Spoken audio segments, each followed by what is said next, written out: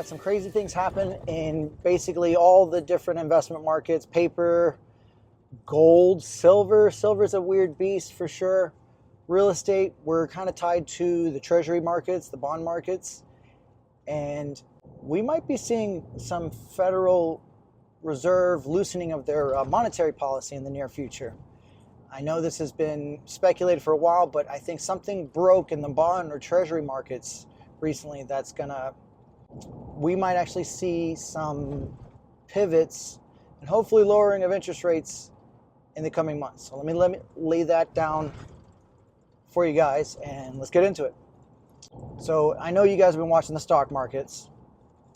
This trade war this current administration is waging across basically every other country in the world has created obviously some market volatility. Now, what's interesting is you would expect a flight to more conservative assets when this happens. So usually treasuries, bonds, some softer, more solid ETFs like SLV, GLD, something like that, where they can quickly get their money out when they see light at the end of the tunnel. However, it did do that for a little bit. I did see one of the treasury auctions had one of the biggest blowouts, or they sold out with plenty of other buyers trying to get into it. This was a few weeks ago. However, treasury rates are going up again, which means the demand for U.S. treasuries is going down. That's not good. It's bad for the U.S. economy. It's bad for the U.S. government because that means they can't finance their operations as cheaply as they'd like to. So as of right now, it looks like the cost of financing our government operations went up 15%, something like that. And that's not good. I'll post some screenshots of some charts of what's happening.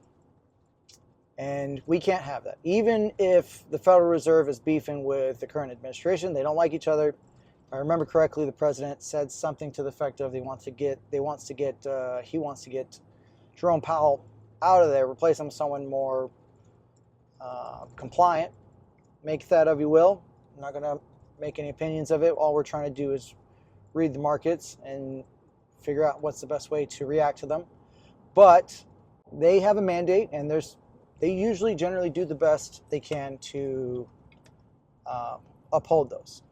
And even 6 years ago, something similar happened where there was a lot of pressure on the Federal Reserve to lower rates, and they ended up lowering rates when he was in his first term of office. So the stakes are even higher. The health, quote unquote, of the U.S. economy is in arguably a way worse position than it was 6 years ago. And now the cost of debt is getting more expensive.